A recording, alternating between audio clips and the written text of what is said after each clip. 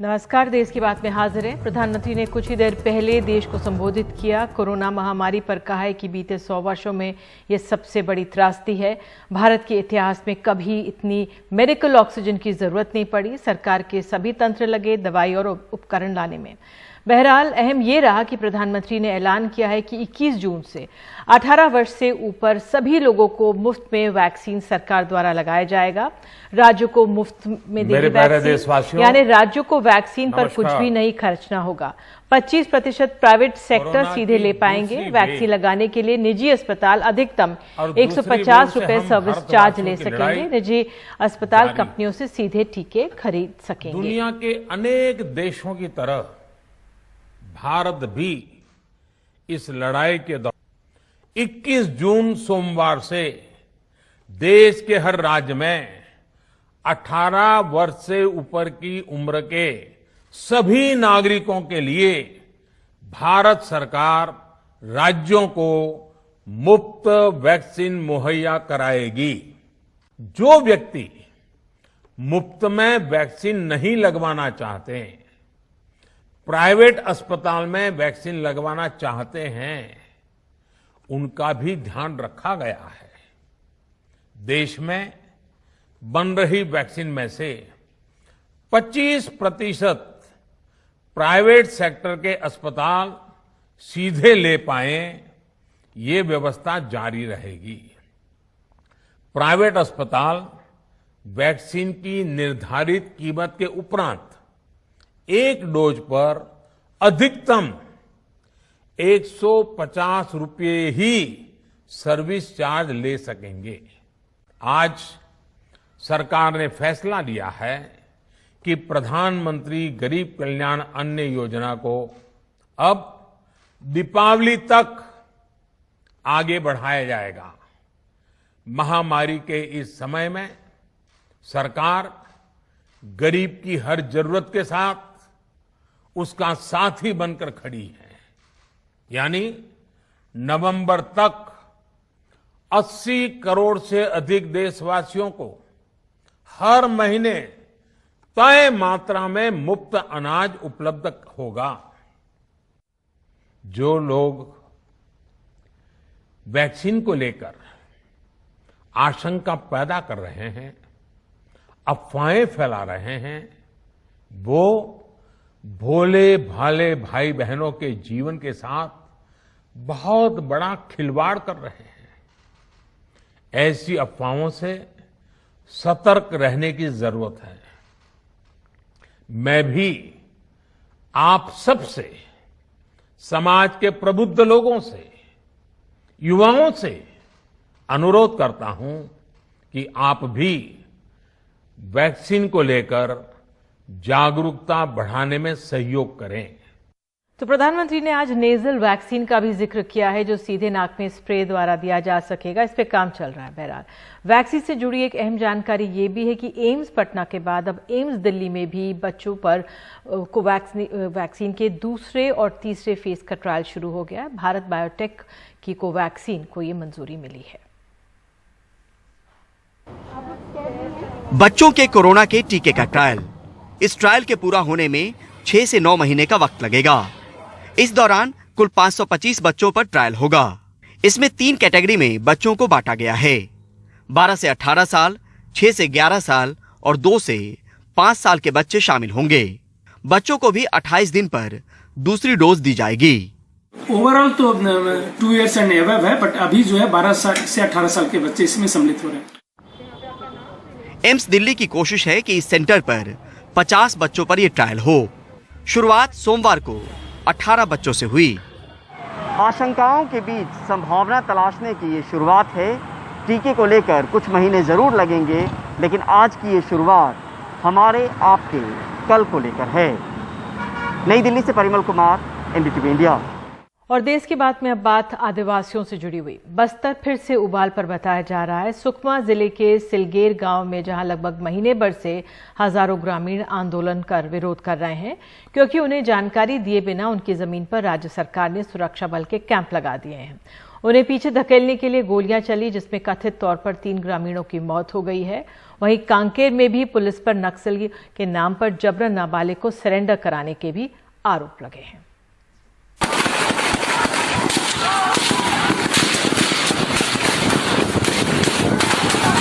सुकमा के सिलगेर में 17 मई को एक कैंप के विरोध में उतरे आदिवासियों पर कथित तौर पर सुरक्षा बलों ने फायरिंग कर दी। घटना में 3 ग्रामीणों की जान चली गई और लगभग 18 लोग घायल हो गए। मेरा भैया खत्म हो गया, उर्सा भी मैं सर। आपके भैया खत्म हो गए जी। तो अंदर मीटिंग में क्या हुआ, क्या बोले साहब लोग? वहाँ पे बताया कि जेल में रहने वालों को छोड़ देंगे, लेकिन वहाँ पे रहने वाला जनता इधर अपना अपना घर वापस जाने के लिए बताए सर। अच्छा। और 3 लोगों का जिम्मेदार भी ले लिए सर। 3 हफ्ते हो गए, बारिश आंधी में ये आदिवासी यहीं डटे हैं। दिल्ली की सीमाओं पर किसानों की तरह टेंट नहीं है, लेकिन कटीली बाढ़ के पीछे प्लास्टिक की पन्नी थामे ये भी जंगल जमीन की लड़ाई लड़ रहे हैं। सुरक्षा बलों का कैंप तैयार है, वो अत्याधुनिक हथियारों से लैस हैं। 100 मीटर पर नुकीली बाढ़ के पीछे। दूसरी तरफ हजारों की संख्या में आदिवासी ग्रामीण खड़े हैं। हाथ में थमे बैनर में गोंडी में लिखा है सिलगेर सीआरपीएफ कैंप तुन वापस ओयना मैदे धरना प्रदर्शन। इसका मतलब है सीआरपीएफ कैंप हटाने के लिए धरना प्रदर्शन।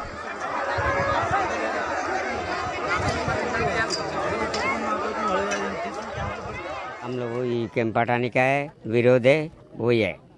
क्यों विरोध कर रहे हो दादा कैंप? क्यों विरोध कर रहे बोलने से, कैंप अगर वहाँ पर तरह कैंप रहा और वहाँ से यहाँ लाए, वहाँ रहते रहते क्या होता है, जंगल झाड़ी जाना है, आदमी को पकड़ना मारना है। ये जो कैंप बनाते हैं तो इसी का आधार से बना रहे हैं, रोड का अनुसार। अभी रोड बनाए पहले कैंप आया, तो इसलिए हम लोग को कैंप नहीं चाहिए, रोड हम बनाएंगे। स्कूल, आंगनबाड़ी, स्वास्थ्य के लिए हम जितना हो सके उतना बड़ा रोड बना के हम जो भी है हम करेंगे। ये सब नहीं चाहिए ना। जिस गांव में कैंप का विरोध है, वहां आजादी के 73 साल बाद भी बिजली के तार नहीं पहुंचे हैं। 1200 की आबादी है, जिसमें गोंड मुरिया प्रमुख हैं। वनोपज से जीवन चलाते हैं। जिस सड़क को बनाने के लिए सिलगेर में कैंप स्थापित किया जा रहा है, वो जगरगुंडा को बीजापुर के आवापल्ली से जोड़ती है। सलवा जुलूम से पहले सब ठीक था, लेकिन फिर सब ठहर गया। वैसे भीड़ में कुछ आवाजें अलग भी हैं। सरसिला 12वीं में है, बायोलॉजी पढ़ती हैं, विरोध में आई हैं, लेकिन असमंजस में है। कोरोना का भी डर है। यहाँ तो सुविधा कुछ नहीं है सर, पूरा फैल जाएगा, फिर बीमार होके फिर जी बहुत दिक्कत होगा सर। हम लोगों को क्योंकि हॉस्पिटल चाहिए सर हमारे गांव में। अच्छा, हॉस्पिटल चाहिए, हम लोग को नर्स डॉक्टर बनना चाहिए सर हम लोग को। क्या बात है, क्या बात, मतलब बदल रहा है तिम्मापुर है तो बहुत बदल जाएगा, बहुत बदल जाएगा सर। हम लोग को स्कूल और हॉस्पिटल हम लोग को जरूरी सर चाहिए, हम लोग को स्कूल, हॉस्पिटल, जी जी जी हम लोग को, और बोरिंग चाहिए हम लोग को। हालांकि पुलिस ने कहा भीड़ में जनमिलिशिया सदस्य भी शामिल थे। उन्होंने जवानों से हथियार और वायरलेस सेट छीनने की कोशिश की। 19 जवान घायल हुए। लेकिन प्रशासन की मंशा पर सवाल इसलिए उठे क्योंकि सोनी सोरी, बेला भाटिया जैसे सामाजिक कार्यकर्ताओं को बार बार रोका गया। सिलगेर पहुंचने में उन्हें हफ्तों लग गए। अब वो चाहते हैं ऐसे कैंप लगने से पहले बातचीत हो।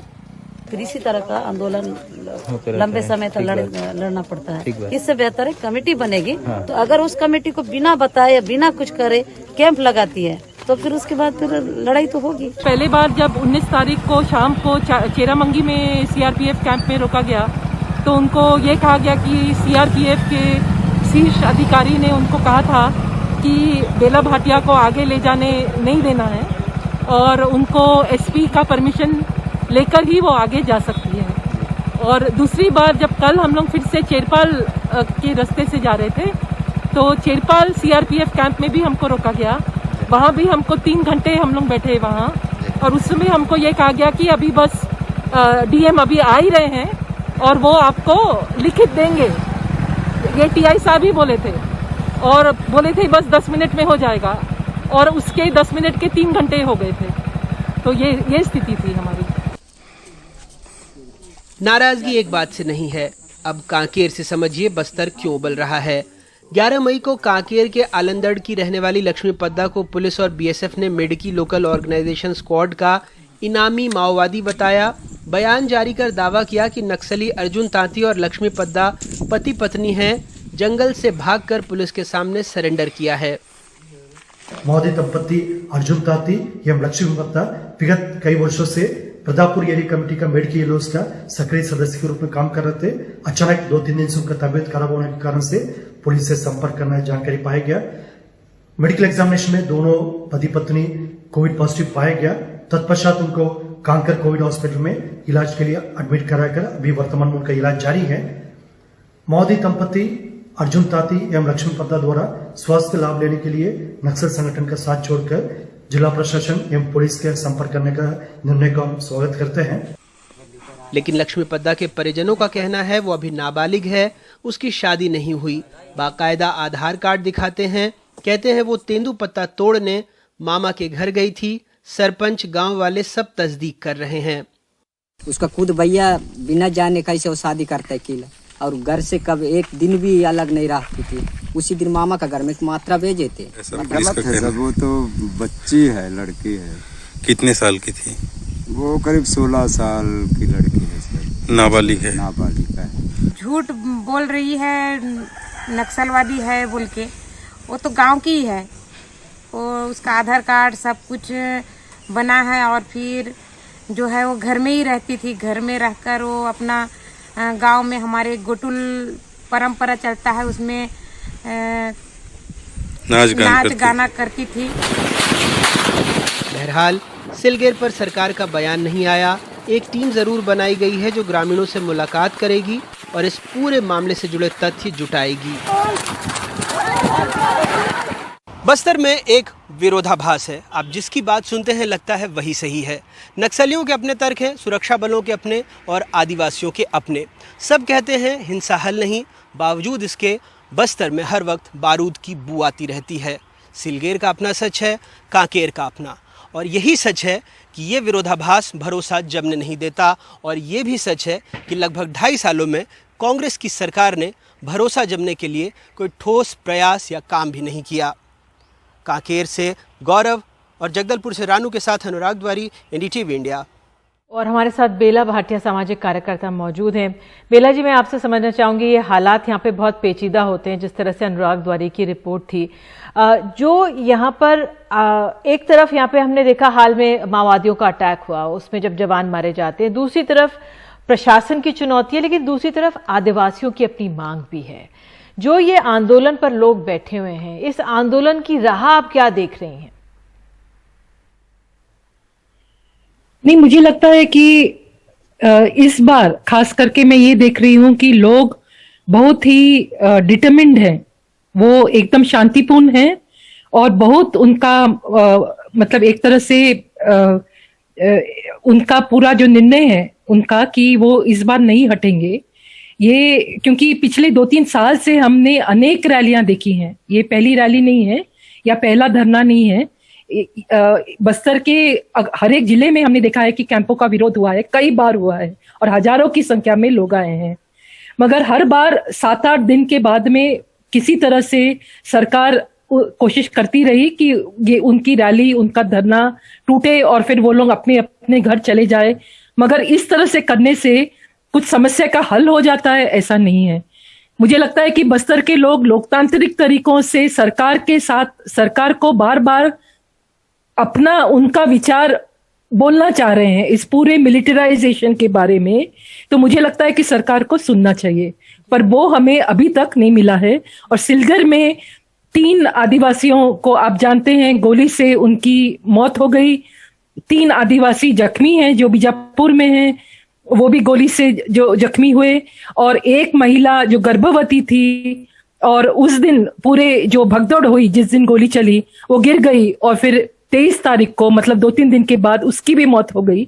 तो जब शहादत हो चुकी है तो मुझे नहीं लगता है कि सिलगर में जो हजारों की संख्या में जो लोग एकत्रित हैं और जो संख्या बढ़ती जा रही है, क्योंकि लोग ये नहीं कह, बरसात हो रही है वहां पर, बहुत तकलीफ में हैं लोग, मगर लोग अभी भी एकदम उनका निर्णय थोड़ा भी कम नहीं हुआ है। बेला जी, जो आदिवासियों में क्या आपको समझ आए, क्यों डर है इस कैंप को लेकर?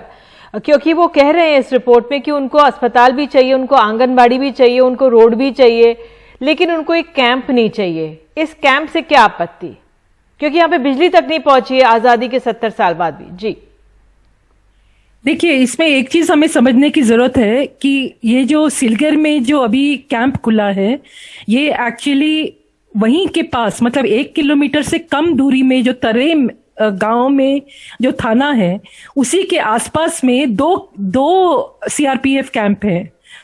अभी वो जो 2 सीआरपीएफ कैंप जो कंपनी है, मतलब वो एक कंपनी में 130 होते हैं, तो 130 के ही कुछ एक सेक्शन, ये 2 कंपनियों की सेक्शन उन्होंने आगे भेज दिए हैं सिलगर में।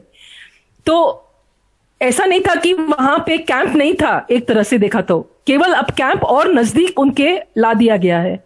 लोग इसलिए नहीं चाहते हैं कैंप, क्योंकि कैंप आने से उनको लगता है कि उनकी पूरी दिनचर्या और उनका दैनिक लेवल पे उनके साथ में अत्याचार दमन बढ़ जाता है। ये वो लोग पिछले 15 साल से होते देख रहे हैं। आज बस्तर के जेल भरे हुए हैं क्योंकि आर्बिट्ररी अरेस्ट, कोई बाजार जा रहा है, कोई अपने घर में खेती कर रहा है, कोई अपना दूसरा कोई काम कर रहा है, कोई अस्पताल जा रहा है, ऐसे अनेक लोगों को पकड़ा जाता है। अभी जो हाल में ये 30 तारीख रात की घटना है, जहां पे वो एक लड़की अपने घर में अपनी माँ के साथ में सो रही थी और उसका कोई भी नक्सलियों के साथ में कोई नाता नहीं है, मगर उसको डीआरजी फोर्स, ऐसी फोर्स जो 7 जितने लोग जो उन्हीं के गांव के आसपास के गांव के लोग जो 2-3 सालों से डीआरजी फोर्स में ज्वाइन किए, अब उनको इनाम, इस लड़की को 2 लाख का इनामी नक्सली बता दिया गया। ये पाइके बीको इसका नाम है, और दिखा दिया गया कि वो मारी गई है गुम्मलनार के पास, जो गीदम थाना दंतेवाड़ा में आता है, जबकि वो रहवासी है नीमड़ गांव की, जो बीजापुर का जो गांव है और जो नेलसनार थाना का गांव है। तो यहाँ पे अब हम ये देखते हैं एक पूरा कंप्लीट विरोधाभास, जहां सरकार ये कह रही है कि घटनास्थल, इस चीज का पूरा घटनास्थल जो है वो गुम्मलनार है। गुम्मलनार के लोग खुद बोल रहे हैं कि हमारे यहाँ पे कोई मुठभेड़ नहीं हुई, और जो जनता है वो ये कह रही है कि हमारे बेटी को हमारे घर से, वो 17 या 18 साल की लड़की है, उसका आधार कार्ड है। लोग बोल रहे हैं कि ऐसा कौन सा नक्सली है जो घर में सोता है, हाँ, और उसका 10 दिन में उसकी शादी होने वाली थी, उसका मंगेतर भी इस पूरी लड़ाई में साथ में जुड़ा है। जी बीला जी, वाकई में साफ तौर तो पर ये पूरे सवाल लोग पूछ रहे हैं, और जब लोग मिलकर शिकायत करने के लिए आप सही थाने में जाते हैं तो उनकी शिकायत नहीं ली जाती है। विश्वास की कमी नजर आ रही है। ऐसे में जो प्रशासन है वो संवेदनशील होकर इस मामले को संभल सकता था, उस लिहाज से क्या रुख लगा है आपको प्रशासन का? नहीं, मुझे लगता है कि देखिए, आपको याद होगा सलवाजुडुम के समय एसपीओ बनाए गए थे, फिर एसपीओ को सुप्रीम कोर्ट ने इलीगल ठहराया और कहा कि सरकार को एसपीओस अलाउड नहीं है बनाना, जो नाबालिग बच्चे हैं उनको सीधे हथियार पकड़वाना, और उनके पूरे, मतलब वो पूरा एक सुप्रीम कोर्ट का जजमेंट है 2011 का। अभी उसी तरह से यही ग्रामीण, मतलब ये ग्रामीण बच्चे ही हैं जो अब डीआरजी में हैं। जैसे ये 7 लोगों का जिनका मैंने आपको उदाहरण दिया, ये सब के सब अनपढ़ लोग हैं, और इनमें से केवल एक जो नक्सली के कल्चरल टीम में काम करता था, बाकी कोई भी नक्सली नहीं था, मगर उसका दिखाया गया है आत्मसमर्पण। ये जो है ना आत्मसमर्पण, ये फेक सरेंडर्स है। फिर उनको क्या किया जाता है कि आप लोगों का काम भी हम समझ सकते हैं, और वाकई में बहुत पेचीदा स्थिति हो जाती है, क्योंकि एक तरफ माओवाद एक बहुत बड़ी समस्या हमारे देश में, कितना नुकसान हमने देखा है हमारे जवानों पर हुआ है, लेकिन दूसरी तरफ आदिवासियों की भी उनका इलाका है, उनकी मांगे हैं, उनका रहन सहन का तरीका है, तो उनसे विश्वास में, उनको विश्वास में लेकर ही प्रशासन को आगे बढ़ना होगा। बहरहाल बहुत बहुत धन्यवाद बेला जी, आप हमारे साथ जुड़ी हैं। और देश की बात में फिलहाल हमें एक वक्त लेना पड़ रहा है। ब्रेक के बाद हम जो पूरे देश में जो ये कोरोना संक्रमण हुआ है, अनलॉक की जब अब खबरें आ रही हैं, दिल्ली में किस तरह की स्थिति बनी है उस पर नजर डालेंगे एक छोटे से ब्रेक के बाद।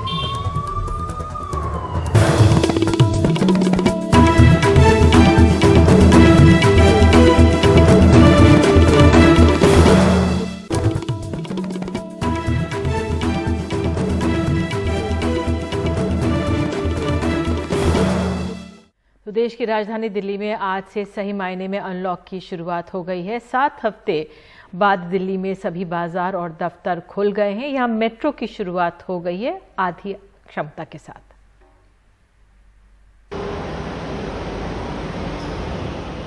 दिल्ली मेट्रो सोमवार से फिर चल पड़ी, हालांकि आधी क्षमता के साथ। फिर भी दफ्तर जाने वालों को बहुत राहत मिली।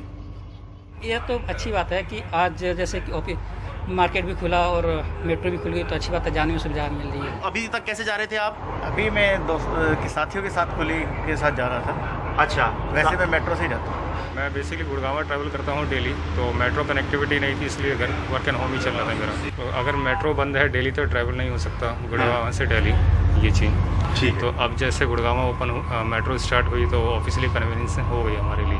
पिछली बार जो मेट्रो खुली थी वो बहुत देर में खुली थी, यानी कि मार्च के अंदर जब मेट्रो बंद की गई थी मार्च 2020 में, तो खोलने में जो है कई महीने लग गए। सितंबर 2020 में जाकर मेट्रो खुली थी। भले ही अनलॉक उससे पहले पूरे देश के अंदर या दिल्ली के अंदर हो गया था, लेकिन मेट्रो बहुत देर में खुली। लेकिन इस बार मेट्रो जो है एक तो देरी से ही बंद की थी और जल्दी, यानी कि जैसे ही लगभग अनलॉक खुल रहा है, अनलॉक हो रहा है, ठीक उसी के साथ में मेट्रो खोल दी है। दिल्ली का मशहूर बाजारों का बाजार चांदनी चौक भी 48 दिन बाद खुला। चहल पहल बढ़ी, लेकिन ग्राहक अभी बाजार तक नहीं पहुंचे। दिल्ली में सभी बाजारों में दुकानों को बारी बारी से खोलने की इजाजत है ऑड इवन के तहत, इसलिए दुकानों पर नंबर डाले गए। और तारीख पर ऑड नंबर की दुकान खुली। राहत महसूस कर रहे हैं अब 48 दिन बाद दुकान खुल गई? हाँ जी, मार्केट में आए तो राहत सी तो है बहुत ज़्यादा। हाँ, दिल को खुशी है, आए हैं, धीरे धीरे ही सब कुछ होगा। राहत तो है, लेकिन बाजार का हाल आप देख ही रहे हैं कि लोग डरे पड़े हैं कितना। डर अभी भी कोविड का पूरा है। हमारे लोगों को भी है, कस्टमर को भी है। हमें भी कुछ राहत मिलेगी। अच्छा, तनख्वाह मिलेगी, घर चलेंगे। अच्छा, 50 दिन से तो घर ही बैठे थे खाली। ठीक है, अभी तो खैर ग्राहक नहीं आना शुरू हुआ। हाँ, ये तो है, अभी तो नहीं आएगा ग्राहक। हाँ। 10-15 दिन लग जाएंगे अच्छा सेटिंग होने में। चांदनी चौक की तरह ही दक्षिण दिल्ली के सरोजनी नगर मार्केट में भी दुकानों पर ऑड इवन के लिए मार्किंग की गई। दुकानें तो खुली, हालांकि व्यापारी अभी ज्यादा आशान्वित नहीं दिख रहे। ऑड एंड इवन ना करके अगर रेगुलर बेसिस पे खोली जाती तो ज़्यादा बेहतर होता। खैर, जो अथॉरिटीज़ की मर्जी है, जो उनको ठीक लगा वो उन्होंने किया है। बाकी ठीक है, टाइम लगेगा, it will take. Last year भी 2 महीने लग गए थे जो है रूटीन आते आते। इस साल भी उतना ही टाइम लगेगा। इस साल थोड़ा सा खौफ ज़्यादा है, तो हो सकता है थोड़ा और टाइम लगे, तो बाकी 1.5-2 महीना लग जाएगा रिकवरी में। दिल्ली से सटे गुरुग्राम में भी सोमवार से बाजार खुले, हालांकि देह से दूरी बनाना एक चुनौती बनता दिखा। ऑड इवन का कोई चक्कर ही नहीं होना चाहिए, या तो पूरा बंद कर दो। अब ये थोड़ी कि इस जगह में कोरोना नहीं आएगा। कस्टमर आधा हो चुका है, जिससे सोशल डिस्टेंस बनी हुई है। कस्टमर ही उतना है, लिमिटेड कस्टमर बाजार के अंदर। हालात सुधरते रहे तो आगे और रियायत तय हैं, लेकिन इसके लिए काफी हद तक लोगों का संयम भी जिम्मेदार होगा। गुरुग्राम से सोनाक्षी चक्रवर्ती और दिल्ली से सुकीर्ति द्विवेदी के साथ शरद शर्मा, एनडीटीवी इंडिया। देश की बात में आगे है अलीगढ़ से खबर। यहाँ पे एक बारात को लेकर बना हुआ है तनाव, बताएंगे क्यों।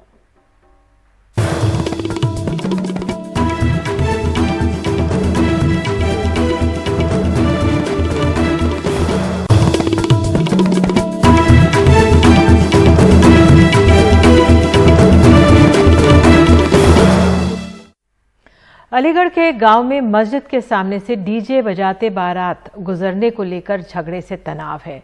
झगड़े के बाद गांव के कुछ लोगों ने अपने घरों पर मकान बिकाऊ है के इश्तिहार लगा दिए हैं। झगड़े को राजनीतिक रंग देने की पूरी कोशिश की जा रही है। नूरपुर गांव में एक दलित के घर बारात आई। बारात डीजे बजाती हुई एक मस्जिद के सामने से सकरी गली से गुजर रही थी। कुछ नमाजियों ने मस्जिद के सामने तेज आवाज में डीजे बजाने से मना किया। कहते हैं कि बड़े बूढ़े उनकी बात मान गए, लेकिन कुछ युवक आ गए। उन्होंने कहा कि हम म्यूजिक बंद नहीं करेंगे, ये कौन होते हैं बंद कराने वाले। इसी बात पे दोनों पक्षों में झगड़ा हो गया। उस दिन ये बारात आई थी, हमारा नमाज का टाइम हो गया, जमात खड़ी होगी नमाज के लिए, तो उन्होंने कुछ लोगों ने निकल के बड़े बूढ़ों ने कही कि ये जरा बंद कर लो या फिर थोड़ा आगे बढ़ा लो, जो हमारी जमात में कोई ना पड़े। बड़े बूढ़े है, कोई जवान बच्चा भी नहीं था, तो उन्होंने कही यहीं पे बजेगा, यहीं होएगा, यही सब कुछ मतलब यहीं करेंगे हम। नूरपुर गांव अलीगढ़ से करीब 70 किलोमीटर दूर है। यहाँ करीब 80% मुस्लिम आबादी है, जबकि 20% अनुसूचित जाति की। कहते हैं कि 21 मई को भी एक दलित की बारात मस्जिद के सामने से गुजरी थी। नमाजियों के कहने पे मस्जिद के सामने डीजे बंद कर दिया गया था और कोई विवाद नहीं हुआ। इस बार झगड़ा हो गया। इसके बाद गांव के दलितों ने अपने घरों की दीवारों पे मकान बिकाऊ होने का इश्तेहार लगा दिया। बारात ना चढ़ने, मारपीट करें, परेशान करें, और हमने फिर प्लान बनाओ जी कि हम नहीं आते तो गांव छोड़ के चले जाते, बढ़िया। हाँ। अच्छा, कितने लोग आपकी जो बरादरी है, क्या सभी यहाँ से जो पलायन करने के लिए तैयार है? सब प्लान करने के लिए तैयार है। इस मामले में राजनीति करने राजनीतिक दलों और संगठनों के लोग वहां पहुंचने लगे। ऐसे ही एक गुट को प्रशासन ने रास्ते में ही रोक दिया, जहां उन्होंने नारेबाजी की और हनुमान चालीसा का पाठ किया।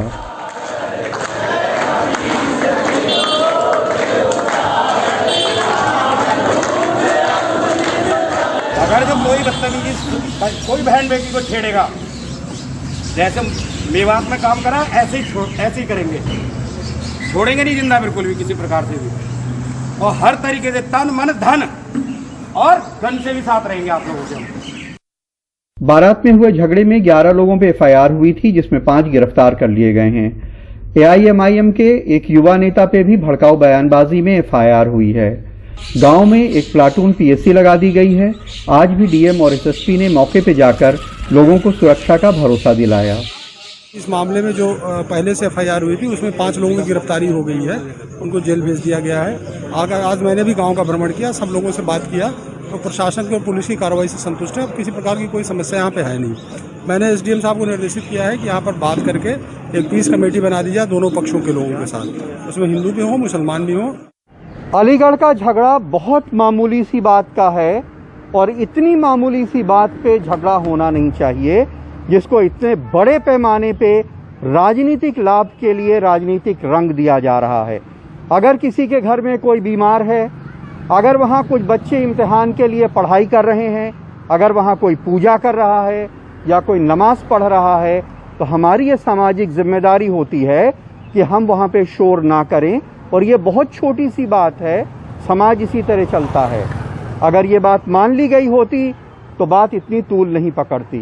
अलीगढ़ में अदनान और लखनऊ में कैमरामैन राजेश गुप्ता के साथ कमाल खान, एनडीटीवी इंडिया।